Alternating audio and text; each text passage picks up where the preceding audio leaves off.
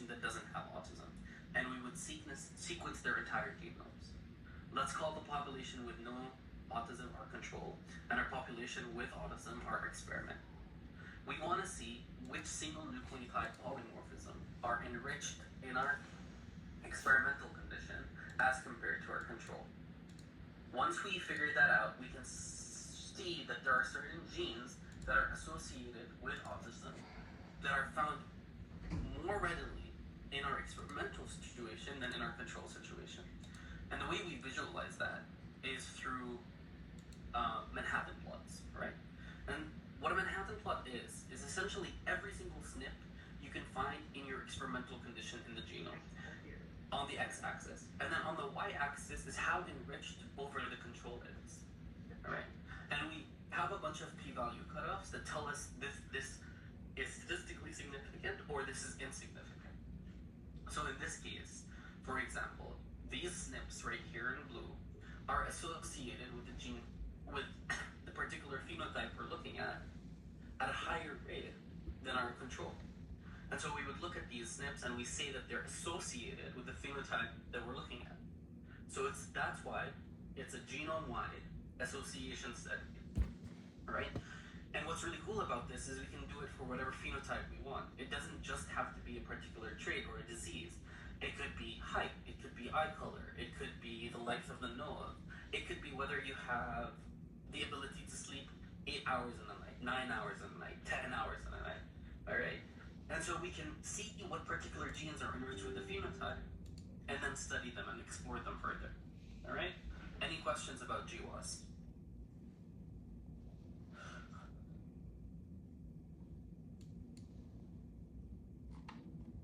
Okay, if there's no question, I think this is a particularly important concept. Y-axis is just prevalence. Do you have to know how to interpret a Manhattan plot? Yes, absolutely. There's not much that can be asked, right? You need to interpret a Manhattan plot, so you need to say that these SNPs are associated with a particular phenotype. But more so, you need to think about it when asked to come up with an experiment. Say Mark or Justin ask you a question, you are interested in studying a particular phenotype in this population of people. How would you go about that? You would need to figure out how to write the experiment out to carry out a GWAS. And that's pretty much it. But it's a very important technique. All right. Good.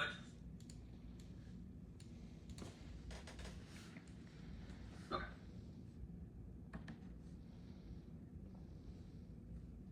You are going to get tested on circadian rhythms, absolutely. If we have time, we'll go over that. What does the non-outlier section represent? So this right here, these are SNPs found in the populations, but they're not found enriched in one population compared to the other. So here we have these SNPs are shared between the control group and the experimental group, and so they're not significant. Versus these SNPs are the ones that are found only in the experimental condition, not in the control condition. All right, good question.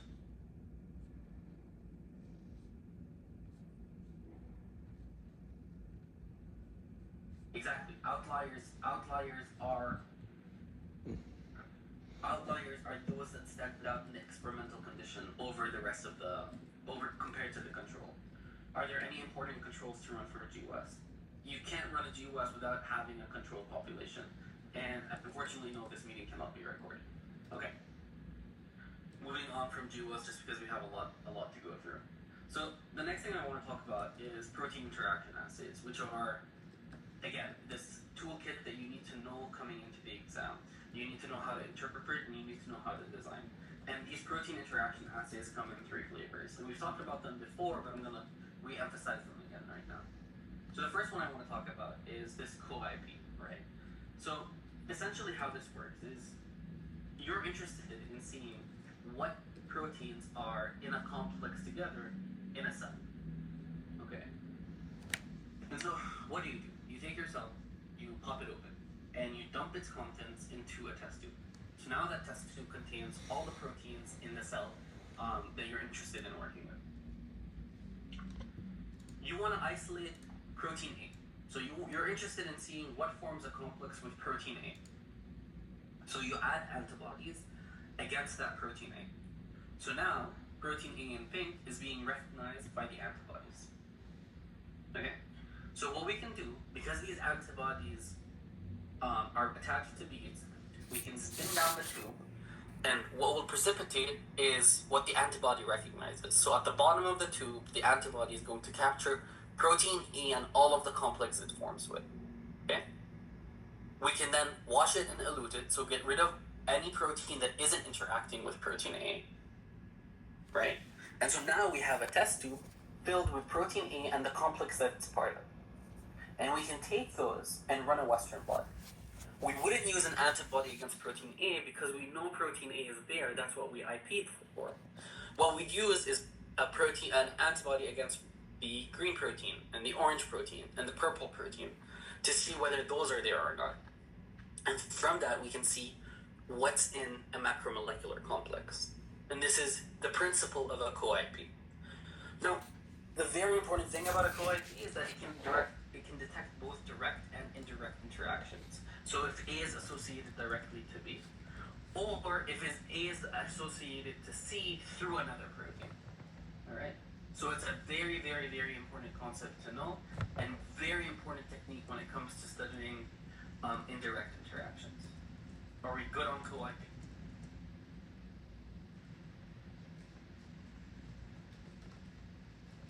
Why is each row different in the gel?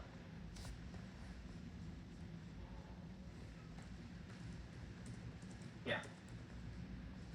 So, for the antibodies, yeah. So, okay, yeah. So again, the co-IP is one of the only ones that can detect indirect interactions. When we're capturing the protein we're interested in, we're capturing the protein that we want to see what other things interact with. So right, we're interested in this pink protein, we want to see what other proteins interact with the pink protein. So we pull down the pink protein. Everything that's interacting with the pink protein is also going to get pulled down. We take our sample and then we run it on a Western blot. And then we use an antibody against the green and an antibody against the red, yellow, and whatever, right? If it's there, that means it's been co-IP. That means it's been IP'd along with the thing that we were interested in. So we know it's in a macromolecular complex, right? The reason why they're at different lengths is because each protein is a different size, right? And when we run it down the gel, it's already denatured, it's already just a string of amino acids, and it separates by size. It's no longer part of a macromolecular complex. So the indirect interactions aren't remaining on the gel. Rather, you take the indirect interactions when you're at this step, when you're washing and eluting. After you run it in the gel, you run it in a denaturing gel, all the interactions go away, but that doesn't matter anymore. Because the only proteins that we isolated are part of that complex. And that's how you preserve indirect interactions on the gel. Otherwise, we won't be able to test it. We'll just see one big blob of a band, right? And so we don't want that. We want the bands to separate.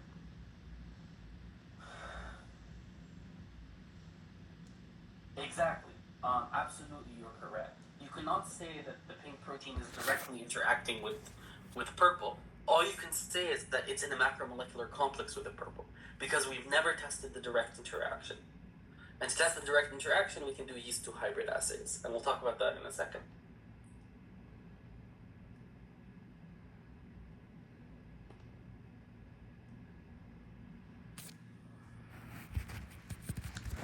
So, I don't get the question. Why not just stain with a general stain? But yeah, okay. So, Ethan, that's a fair question.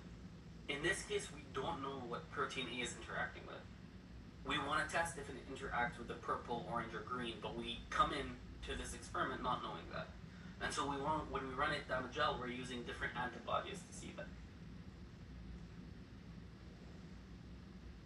Okay. Again, this is test indirect interactions because you're precipitating the whole macromolecular complex from the cell, right? You're not precipitating it, you're not forcing an interaction and testing whether that produces something. And it'll make sense in a second. Okay. So the other thing you can do is a GST interaction assay, right? And it's very similar to co-IP. Instead of precipitating with an antibody, you're precipitating with a tag, right? So you fuse the protein that you're interested in working with using a tag, the GST tag, and that GST tag has an affinity to this resin, this glutathione affinity resin. And so when you run down the protein that has the GST tag down the resin, the GST tag is going to stick to that resin. And so the protein is going to stick to that resin. And what we can do is then, one at a time, or dump a whole bunch of things together. So we put proteins and we test to see if having that protein is going to slow down the elution. Because if the protein interacts with your bait, it's not going to go down the column. It's going to remain stuck to the GST tagged protein. And then you can capture that. You can do a Western blot or you can do mass spectrometry, right? And from that, you can pull down proteins that directly interact with your bait protein, all right? Very similar to co-IP, different design, right?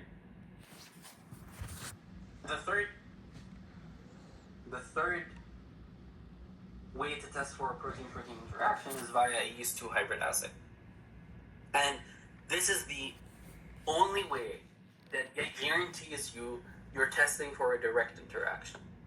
So how does a yeast-2 hybrid assay work?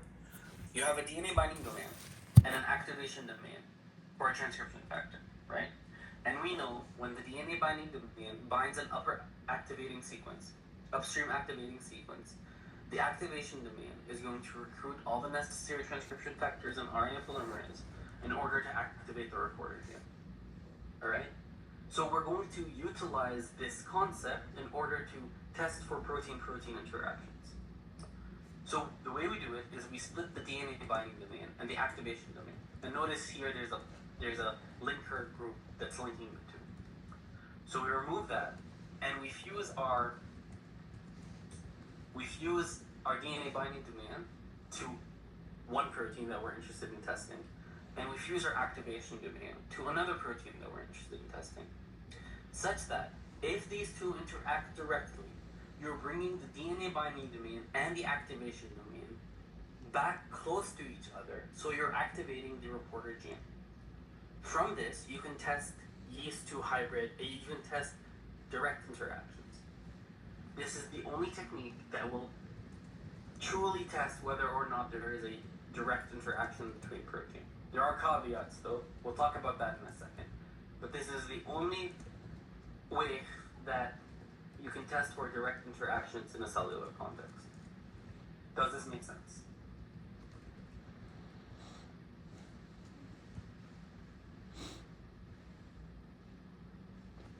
So it depends on what you want to control for, right?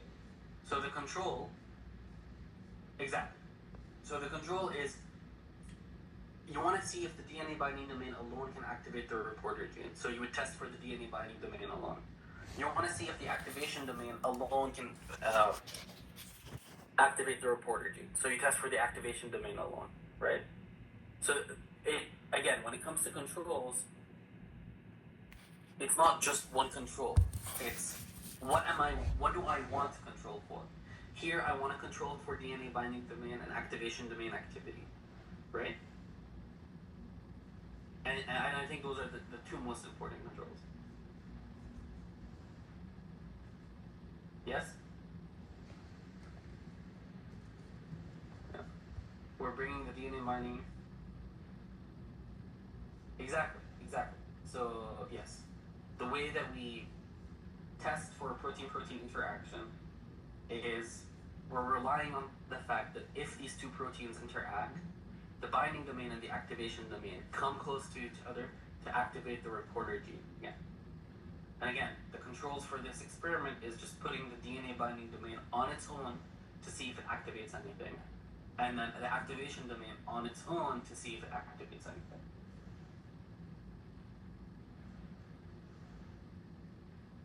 How can you control for the possibility of the activation domain and the DNA?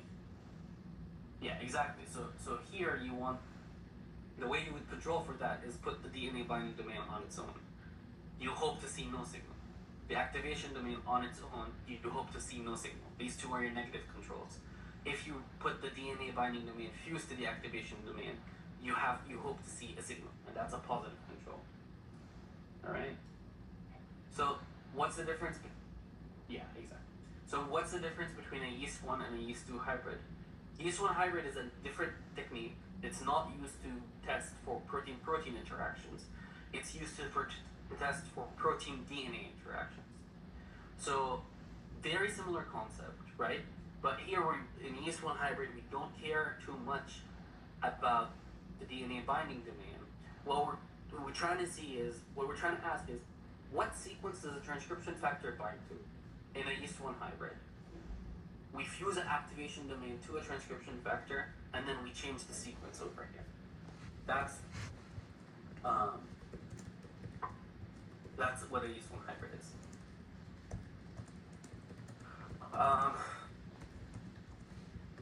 Is yeast 2 hybrid the only way to test direct interactions? I remember Professor Blom mentioned that GST interaction assay also can detect direct protein interaction. So let me emphasize this. A yeast 2 hybrid is the only way to test if there's a direct interaction in a cellular context. So do the two proteins interact if they're expressed in a cell? The GST interaction assay, you design it, the way you design it changes what question you're asking. If you're running one protein at a time with a GST interaction assay, you can test for direct interactions. If you're running all the proteins all at once, then it's more of what forms a macromolecular copy.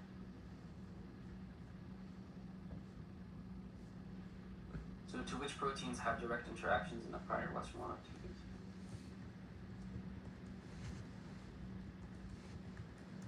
Yes, exactly. To see which proteins have direct interactions, or to detect which proteins have direct interactions in a prior Western blot. So from the results from experiment 1, we would fuse one protein to activation domain and one protein to a DNA binding domain and see if they activate the reporter gene.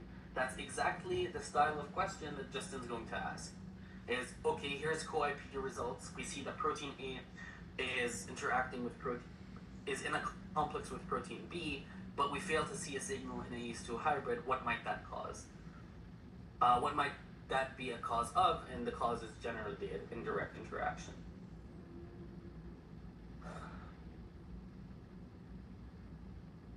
All right.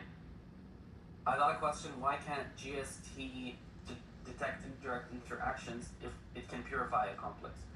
Like I said, GST can detect indirect interactions if you're running all the proteins at once, or it can detect direct interaction if you're running one protein at a time. Okay, just because it's very important, I'm going to repeat it one last time, and then we're going to move on because we have a lot of other things to talk about. The style that Justin asks, the question that usually he asks is, you run an experiment, you run a co-IP, you find that protein X co-IPs with protein Y. So you run a yeast 2 hybrid, but fail to see a signal.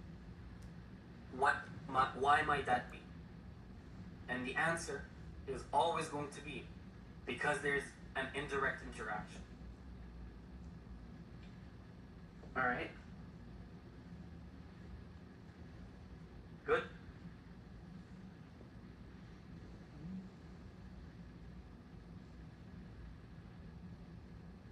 All right, perfect. Yeah, so the next thing I want to talk about is gel shift assay. And I know it was a concept mainly focused on exam 2, but I think it might be making a comeback. I'm going to talk about this very briefly. So what is a gel shift assay testing for? A gel shift assay is testing to see whether or not a DNA and a protein interact. Okay? And we're doing this in vitro. The way that you do this is you have DNA, you run it down the gel, the DNA is radioactively labeled. The DNA runs down the gel. On its own, it's going to run down to a certain point. And this is the unbound DNA. when you put the protein in that same well, and the protein and the DNA interact, you'd expect, because the macromolecular complex is larger, the DNA to run more slowly down the gel, right? And so you get a band that has been shifted from this lower level to this higher level. That's why it's called a gel shift pass. All right?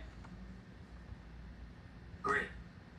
We can do one more thing, is adding an excess of antibody, so 50 times, 100 times more antibody that detects the protein that you're interested in.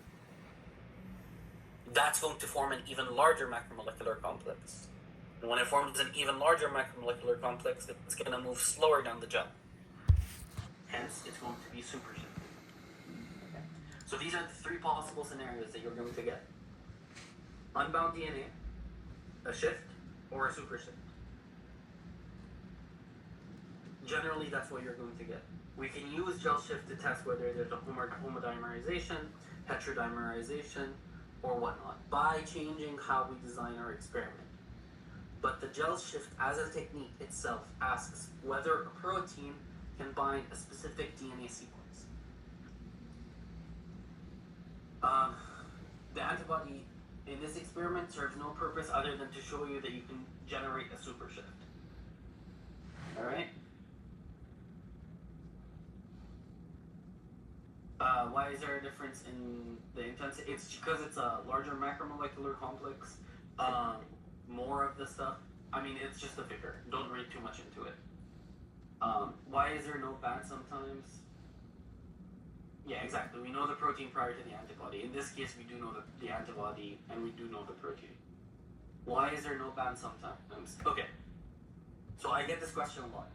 And the question is, why can't I draw another band down here that's a little bit fainter? And the answer is you can, 100%. That's not going to be marked incorrect, because you'd assume that some of the antibody isn't going to bind the protein. And so there's still some going to be at the shift line, right? So that's totally valid, and you'll get full credit if you do that.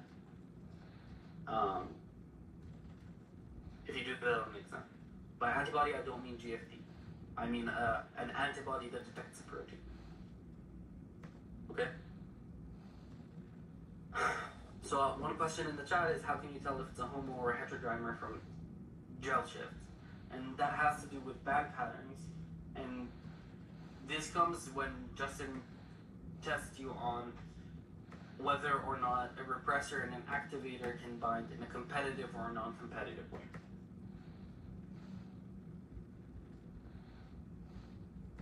Alright?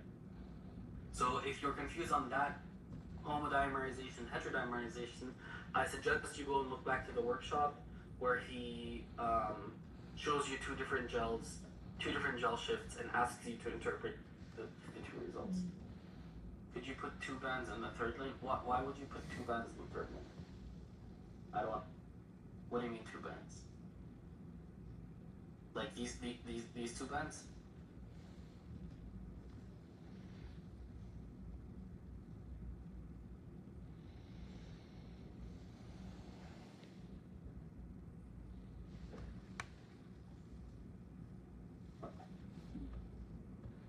Yeah, so if you're referring to these two bands, yes, absolutely. You can add another band right here to indicate that not all the antibody is going to detect the protein, and that's totally fine. Okay. So, again, one way to test, I don't think this is going to be tested a lot on an exam. It might come up as part of a question. So just make sure that you understand how to interpret gel shift results. What's a little bit more important, in my opinion, is if you understand how CHIP works. So CHIP stands for chromatin immunoprecipitation. Again, here we're testing whether or not a protein interacts with the DNA sequence. So the way this works, before I go into the CHIP, do you know how much detail we need to know in general? There are a lot of slides, and I was wondering if you have any advice about what to focus on. So general advice, focus on the last part of the course, because that's the part that you haven't been tested on. Then that's probably going to be most of the questions. Focus on techniques So focus on CHIP, Western blots, immunostaining, functional complementation. Those are experiments that you might be tested on. Okay? And then general concepts. You do not need to know anything beyond general concepts. I have not seen the exam. They never give us the exam. So I can't tell you, like, if I've seen the exam, I'll obviously have more concrete answers. But I've taught this course 4 times, and I kind of know the patterns that they ask the questions in. And generally, it's an emphasis on the last part of the material with an overarching theme of concepts that come from the earlier part. It's not going to be asking you to remember a specific detail about eukaryotic initiation factor alpha 2. That's never going to be happening. What it's going to give you is like, okay, eukaryotic initiation factor 2 is involved in this step in translation. It does this, this, and that. What happens if you mutate it? Those are the kind of questions that are going to be asked. It's never going to be a recollection. Recall this. It's going to give you all that information. About KD questions, I don't think there's going to be a KD questions. There has historically never been a KD question on the final exam. We hate grading them. We hate writing them. It's generally a mess to deal with, so I wouldn't worry too much about it. But do with that information where you would. It might ask you which 2 proteins has a lower KD based on a specific experiment, but I don't think it'll ask you to calculate KD. Okay, so you don't have to worry about that. Restriction enzyme mapping. Complicated restriction enzyme mapping questions do not usually come up on exam. Generally, restriction enzyme mapping doesn't come up at all. And I said that last year, and a restriction enzyme mapping question came up, but it was very simple. It was 3 restriction enzyme cut sites, and it was really easy to do. So it's never going to be complicated where there's a trick and you have to flip plasmids in order to understand to get to that question. It's going to be usually more direct. Like, we're interested in amplifying a certain region of DNA, design the guide, design the primers, and then what restriction enzymes would you use? It'll be very straightforward and simple. It won't be anything too fancy and complicated. Okay, so let's get back to the CHIP. So with CHIP, again, it's one of these other experiments that you're going to have in your arsenal that you need to know for the exam. It might be coming in one of 2 ways, either as data interpretation, so figuring out how to interpret ChIP-seq data, or you're asked to design an experiment and you're asked to use CHIP. Regardless, you need to understand how it works.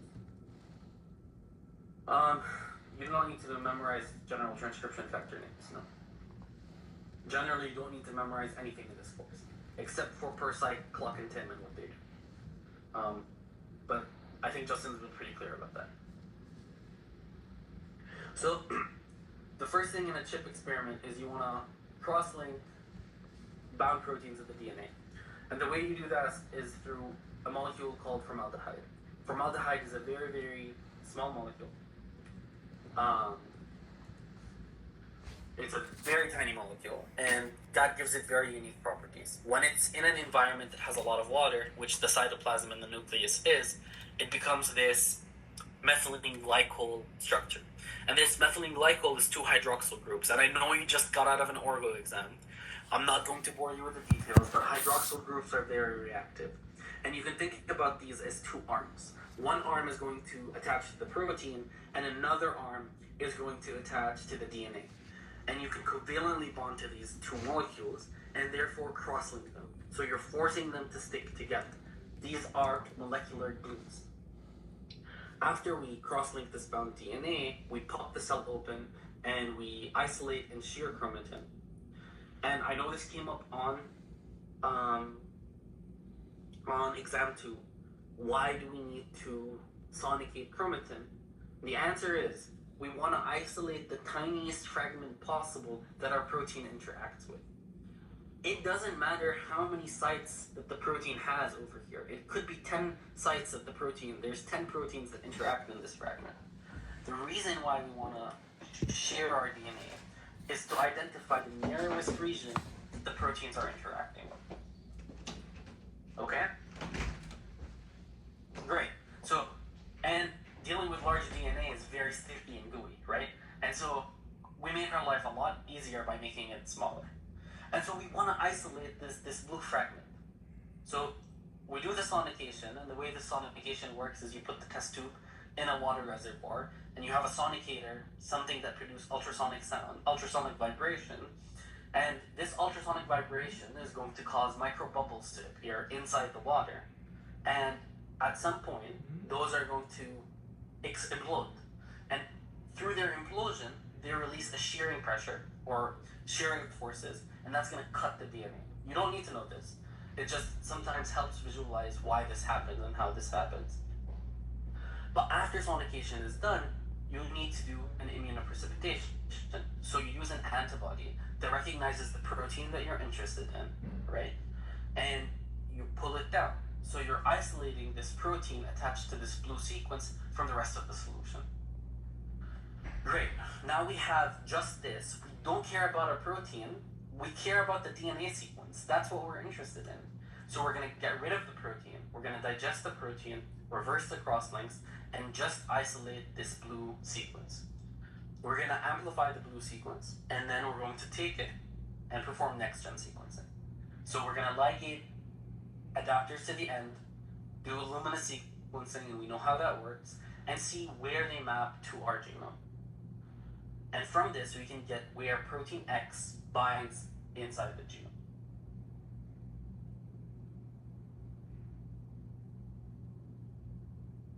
So I have a question in the chat. Why not just the protection assay to just get the protein sequence?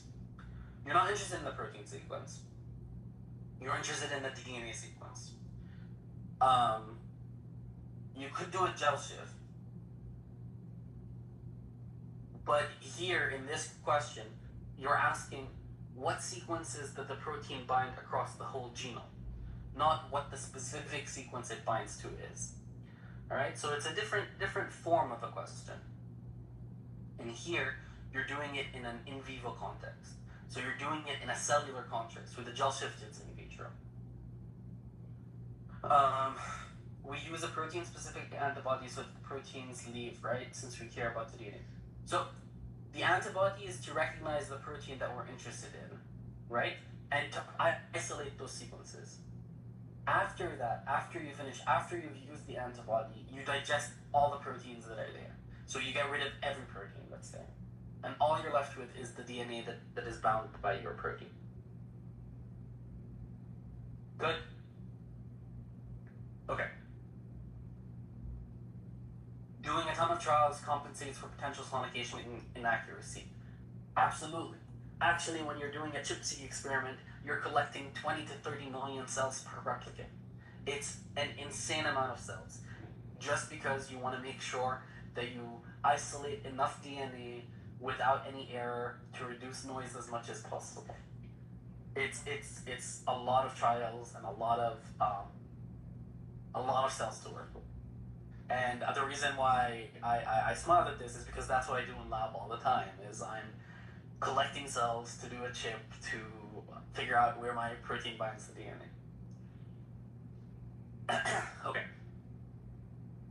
Great. So we know chip, and it's another method, thanks, it's another method to test protein-DNA interactions. Here we're looking at it on the genome level. The next thing I want to talk about, and it's going to be 100% guaranteed on the exam, 1,000%, 1,000,000%, is reporter gene constructs. And the reason why they're guaranteed is because we use them so often. Right, and I tell my students this every year. A reporter gene construct is going to report on a particular molecular activity. What it reports on depends on how you design it. Very simply, the very first things we started with are transcriptional and translational reporters. A transcriptional reporter reports on transcription. A translational reporter reports on translation. But those are not the only two macromolecular processes that are happening in the cells. You can report on localization. So you can have a localization reporter. You can report on the regulation of translation by designing a reporter with UTRs. You can report on whether binding happens. You can report on whether a vesicle has been made. There's many forms of reporters. How you design them is important. So for example, one of the questions asked on the latest homework was how would you design a reporter that reports on slipping errors, right? And so it took a little bit of smart molecular biology to design something that can report on slipping, right? So you can report on many things. Okay. So let me go through some examples. So say we have this gene. Let's call this gene toy. Actually, I've studied toy in undergrad. It's one of my favorite genes. Toy has a promoter, and toy has the gene. And so in the genome, the endogenous copy, that is the one that belongs to the wild type, to the genome, is a promoter with the toy gene. I can take the toy promoter and the toy gene and fuse a GFP to it, and then design something that reports on translation. That is, whenever toy is translated, GFP will be translated. I can do the same thing, take the toy promoter and take the toy promoter, forget about the gene, and just fuse a GFP.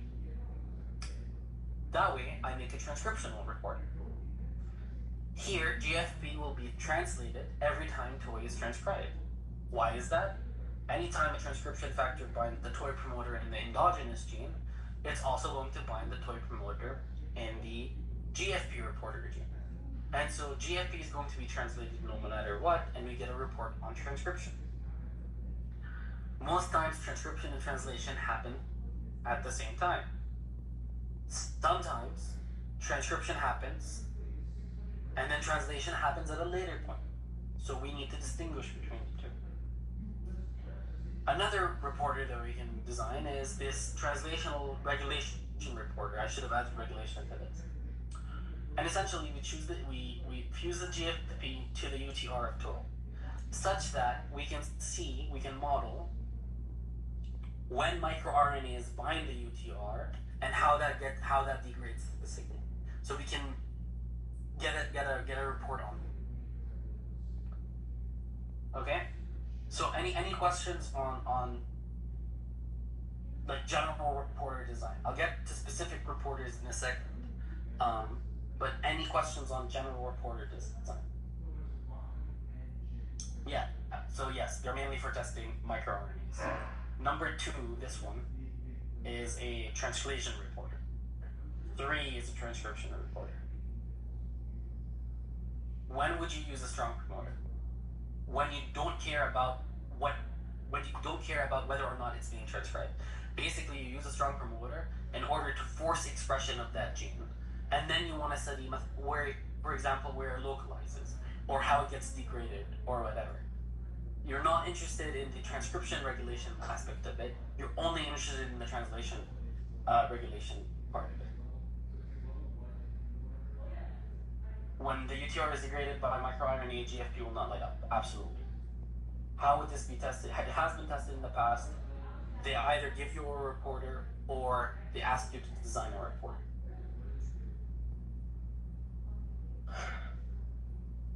Number 2 can be a localization reporter as well, right? If the GFP is directly fused to the toy, you can see where toy is in the cell.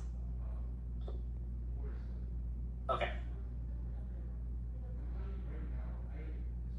Yeah, Natalie, that's a perfect idea. If you're just interested in testing microRNA regulation, I'd probably, instead of using a toy promoter, I would use a really strong promoter. In this case, you might be interested in transcription and translation regulation. But yeah, Natalie, you're absolutely right. I would use a strong reporter if you're just testing the microRNA. Yeah. So can you explain the difference between a translation and transcription reporter? Yeah. I mean, this gets people all the time. Um, the key to understanding it is very simple, right? In this case, we put the GFP after the toy, right? So when the mRNA is being made, the toy mRNA as well the GFP mRNA is made as one big unit. You don't have GFP can never be translated unless toy is translated. So you only get you only get GFP reporter activity if toy gets translated. Here, the translation of GFP is not contingent on toy being there. So it's always going to be translated. So as long as toy gets transcribed, GFP is going to turn on.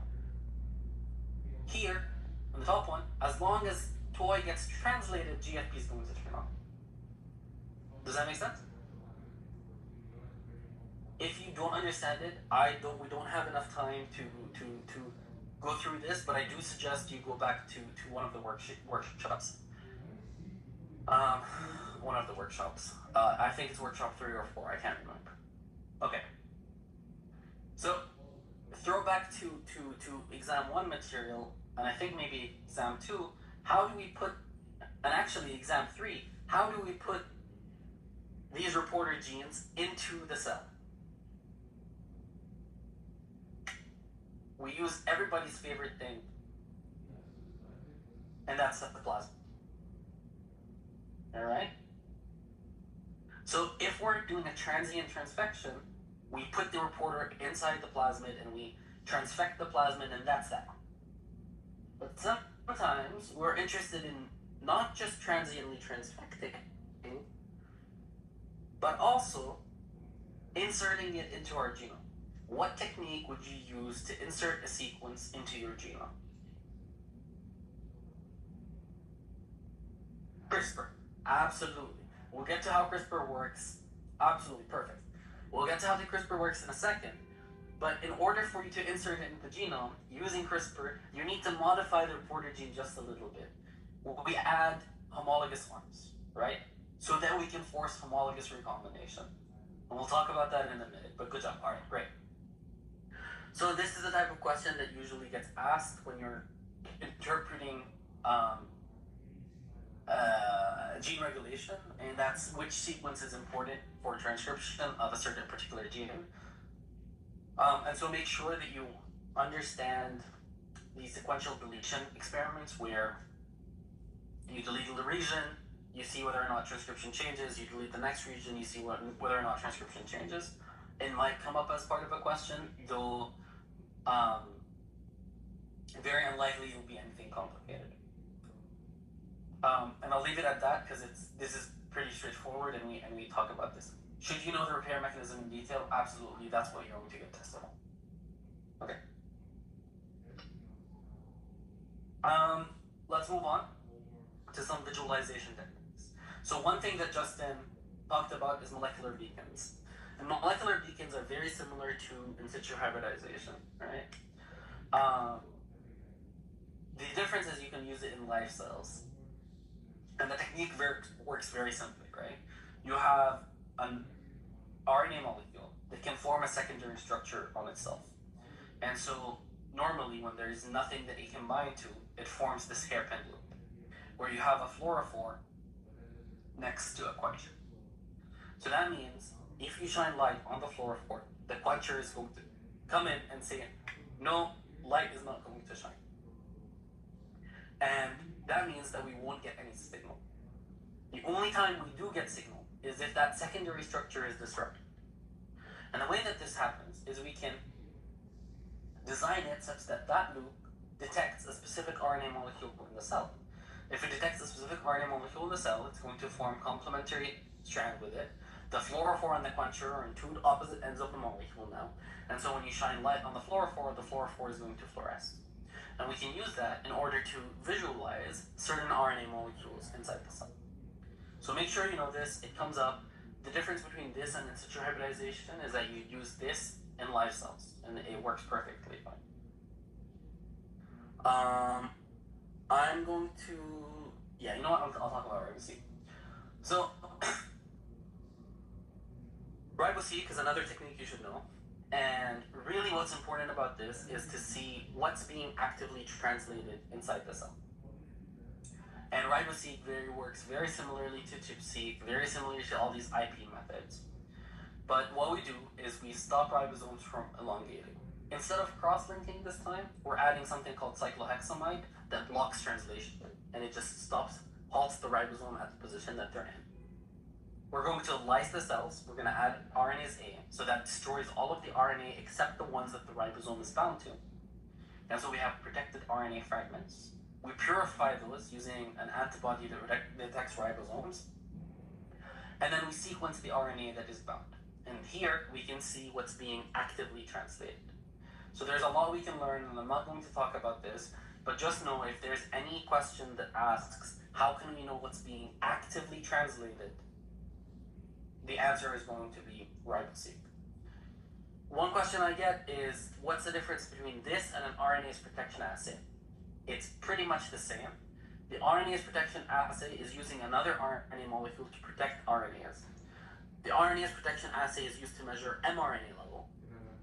This is used to measure what's being actively translated. But the concepts behind them are very similar. Okay, so let's move on and talk about CRISPR. And we have 10 more minutes, so I'm going to do the best I can to go through this. But CRISPR is the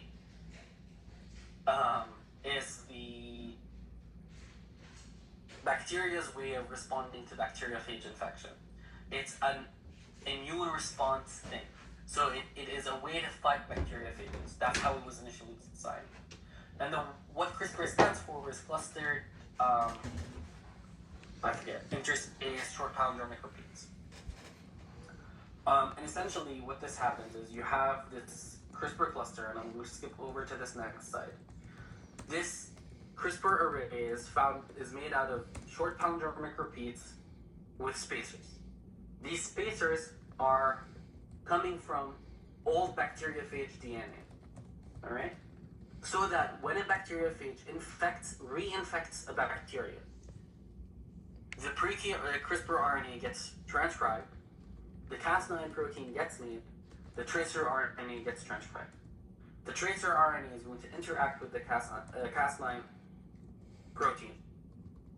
The pre-CRISPR RNA is going to get cut, such that the sequence that recognizes the bacteriophage DNA, the tracer RNA, and the Cas9 form a big molecular complex. And we call this the CRISPR-Cas9 complex. The CRISPR-Cas9 recognizes a specific sequence, and it's going to chop it up. And that's all it does. And so what we've done is we've used this and edited it in a way so that we can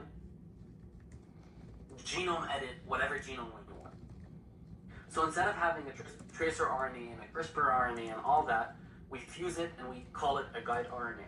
So the guide RNA is going to be the sequence that recognizes the DNA region that you're interested in, a loop or loop, and then the short hairpin that you get from the tracer that recognizes the Cas9. Okay, and so you can switch out. You can switch out whatever sequence you want to recognize whatever sequence you want. All right, and that's the basis of Cas9. Is you can design your guide RNA to recognize whatever sequence you want. There are caveats, however. In order for you to successfully cut, or in order for Cas9 to successfully cut its target site, it needs to be adjacent to this proto-adjacent motif, a PAM motif. PAM motifs are usually NGG, which is any nucleotide followed by a G and a G. And you just got to make sure that they're present at a certain distance from where you're cutting. We have programs that do that.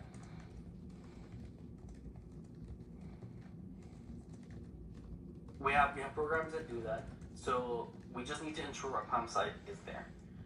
What's the function of the spacer region? It is the sequence that you store from the bacteriophage. So if you take a look, we cut the bacteriophage, and Cas1 and Cas2 insert the spacer into the CRISPR cluster from the bacteriophage DNA, so that if you get reinfected, this spacer is recognized by Cas9 and Cas9 comes. Okay. Exactly, it's an immune system for bacteria. But we as humans use it to edit human genome. So we've just harnessed that ability. Yeah, exactly. And so the guide RNA, we design it to recognize any sequence we want in the genome, right? So we put a 15 nucleotide sequence in the genome that we're interested in cutting. And from there, we can do two things. We can either knock out a gene or knock in a gene. And knockout is through non-homologous end joining, and it's the thing that's more prevalent in mammalian cells. And the way that it works is you introduce a double-stranded break, you cut the DNA,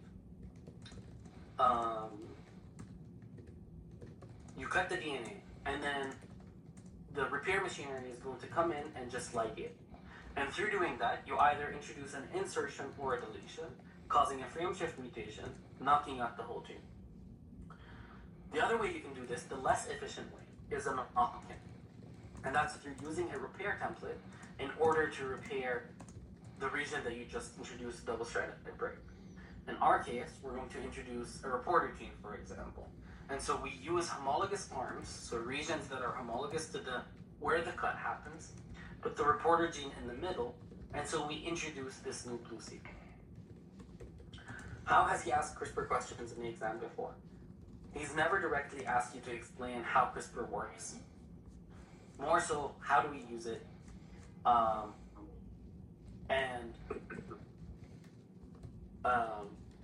In a reporter gene question, how do you insert a reporter gene? You can say using CRISPR. It's nothing too complicated.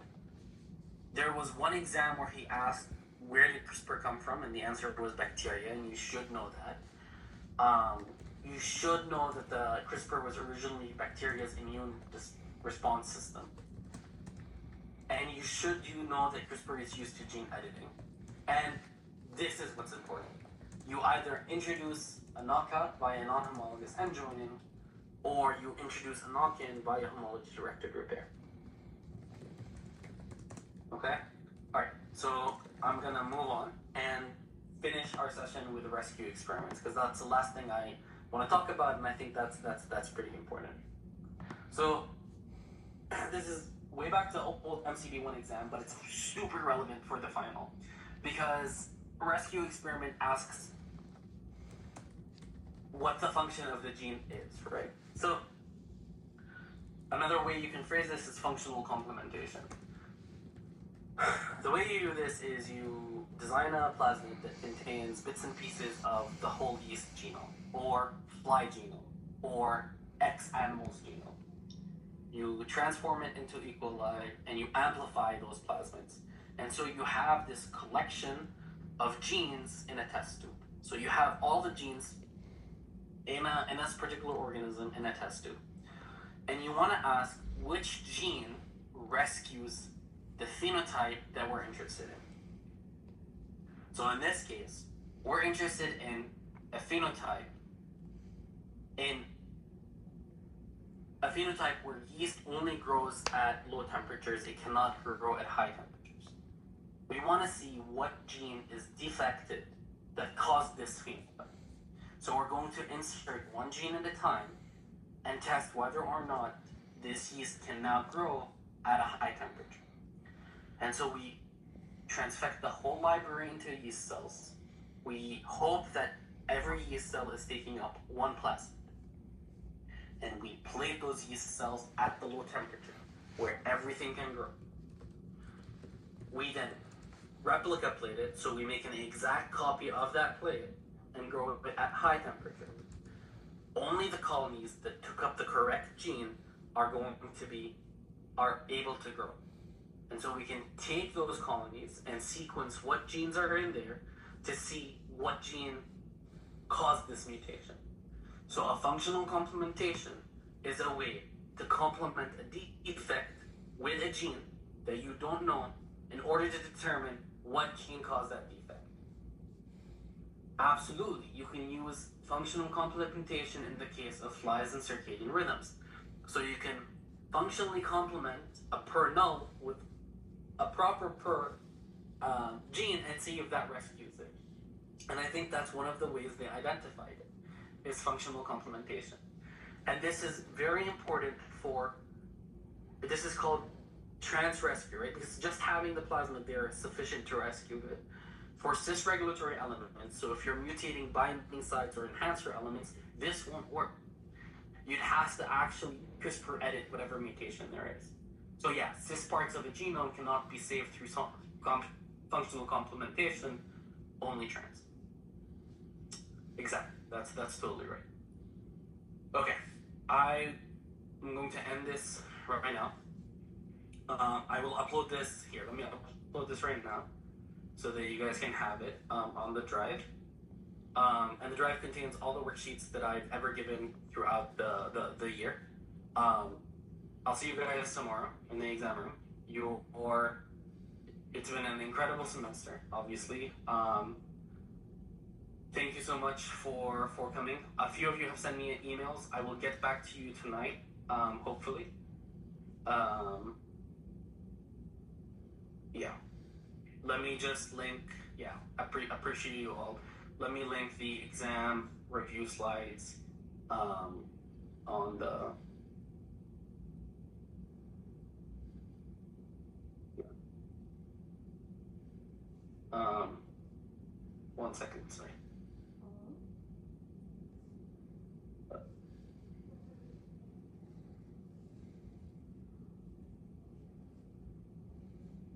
It's uploading right now.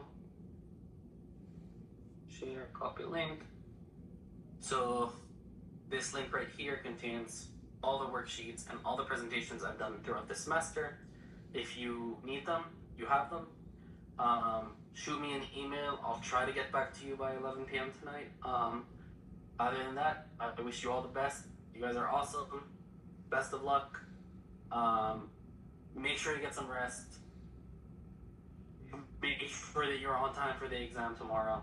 I think it's at 10, right? So it's not at 2 p.m. like it used to be. So make sure you're in Cantor, and see you guys. Have a good night.